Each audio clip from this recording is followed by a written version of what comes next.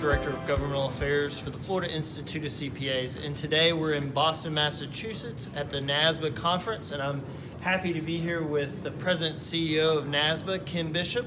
Thank you very much, Ken. It's a great conference. Happy to be here. Yes, sir. We wanted to talk about a couple things that have been discussed here at NASBA this week as the conference has gone on.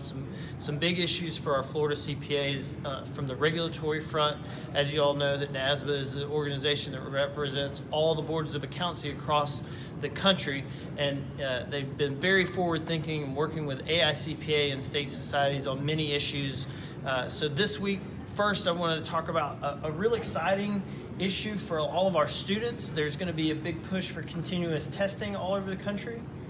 You know, we're very happy about that. You know, not only is it a convenience thing, because obviously we monitor social media all the time. So we really want to know how students think we're doing at the delivery of the CPA exam, the things that NASBA does. And one of the things that we've continuously heard for years is we'd like to have continuous testing. You know, this dark month is a month of our life that I might be able to sit for the exam and you take it away from me. Another real example is that you can study really hard for the exam, take the test and get very close, and you feel like just a little more studying, but now then you may have to wait for an entire window before you have another opportunity. So it's a really good opportunity for students to get a real fair chance at passing the CPA exam. You know, that's so true. We hear that all the time from our students in Florida, where that, you know, just having that ability to get right back on the horse and finish the test and get your scores as quickly as possible could make all the difference in getting more CPAs in the pipeline. That's correct. And in this economy, a lot of people get out of college and they have jobs. And so blacked out months may be work months that they don't have an opportunity to set because of their work and the workload they have, especially during the busy season. That's right. We hear that all the time. Well, another thing that speaking of getting into the profession and what the profession looks like for our students that are moving their way through school, you talked a lot about the evolution of the profession, and that's been a very hot topic over the last probably year and a half. You know, we hear this everywhere, especially, you know, at all the firms that we talk to in Florida about what's the CPA going to look like in the next 5 to 10 years. And that was one of the topics that you all talked about as well with the AICPA this week. Well, this is one of those projects that the AICPA and NASBA have worked very close together. Like any project successful, the first thing that we had to do is get to consensus as to what a model might look like. And we've been able to achieve that, which was a significant goal. The other thing too, since you've been here for a couple of days, you know that we've heard our international, Kevin Dancy, the CEO of IFAC, talking about the inclusion and the rapid increase in the reliance of technology, CPA profession, CA profession worldwide. So this isn't a United States issue, this is a world issue, and the United States has to be up to speed to make sure that the profession evolves to where the actual profession is going to have to be with the use of technology.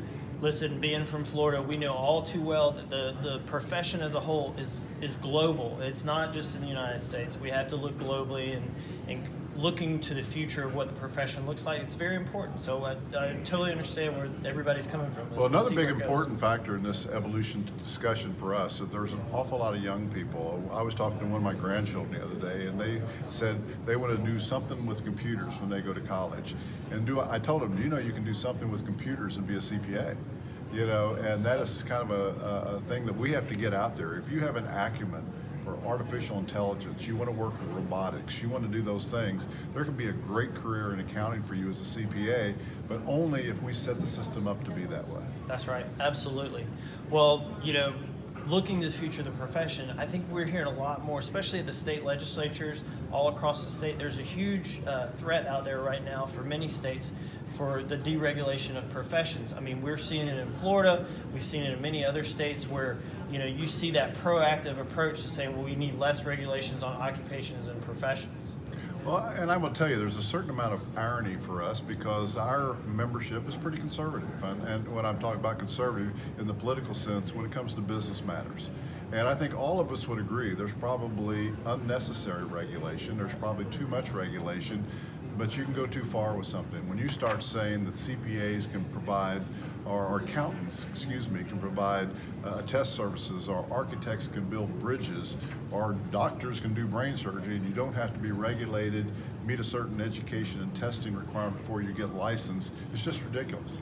And they use soft-sounding words like this is good for people with lower economy. This is a good way for fair employment opportunities. But the reality is, you don't let someone drive a car that doesn't know how to drive a car. You don't let someone do something that can put other people in harm's way unless there's some type of license and some type of regulation. So we're just looking for common sense legislation. So we've joined a coalition with other high stakes examinations that do similar types of delivery, like architects, for example, and we hope to be able to fight that in every state court, and we intend to do so every state legislature. Well, we've worked closely with that coalition in Florida, and I know a lot of other states have. I always tell people, and I think this should be encouraging, that with the work of the state societies and NASBA and the AICPA and the boards of accounts, through the UAA and the adoption of kind of like a core legislation all across the country, I always tell legislators that the profession is really good at not being overly burdensome. It has really opened up many doors so people work across state lines. We have firm mobility, individual mobility, working towards CPU reciprocity now. So I think that helps us in that argument for not being lumped into the deregulation part. And I think that's the reason we've been successful legislatively. I mean, we have probably the most ease of transition, migration of CPA workers, inclusion, diversity, all of those things. We've been working on that for years, and we've got a great record to show. And there's nothing that indicates that we need to lower the bar of public protection so that we can get more people into the profession. We need the right people with the right education, common sense. That's all we're asking for. That's right. Well, one thing we talked about, and you talk about all the time, which I appreciate, is how important it is for the NASBA and the AICPA and the state societies to all work together. I think when I think about that, all these things that we're talking about, the future and the issues that we have to resolve from day to day, I mean, that kind of relationship is really important, and I appreciate you and your staff have always had an open door for any kind of issues that we have at the state society level. Well, absolutely. The relationship that we have with state societies, my belief is this, legislatively particularly, if a state society and a state board do not have a good relationship, we find it's very problematic to ever get any type of legislation either passed or defended it from being passed if it's bad legislation. So it's a critical relationship. It's like the relationship we have with the AICPA. We have to have a good working relationship. We shouldn't agree on everything. I mean, they represent the profession, we represent public protection, but they're interested in public protection and we're interested in the profession, so we're not really conflicting. Right. So we have worked out our ways of getting together very strongly. Sometimes we disagree, but I encourage every state board, every state society, mend your fences, work together, because these, like anti-regulatory legislation, is a huge threat if we don't work together. Well, I could speak for Florida and our society. We enjoyed our relationship with the regulatory board. We've got some great people serving down there. So I know you have many of them have served on NASBA committees. So Absolutely. We really appreciate it. And we do appreciate that great relationship. Well, sir, thank you so much for your time. You've always so generous, and we Always appreciate good. Always it. good Yes, to sir. see you. Glad Nice to to do see it. you too.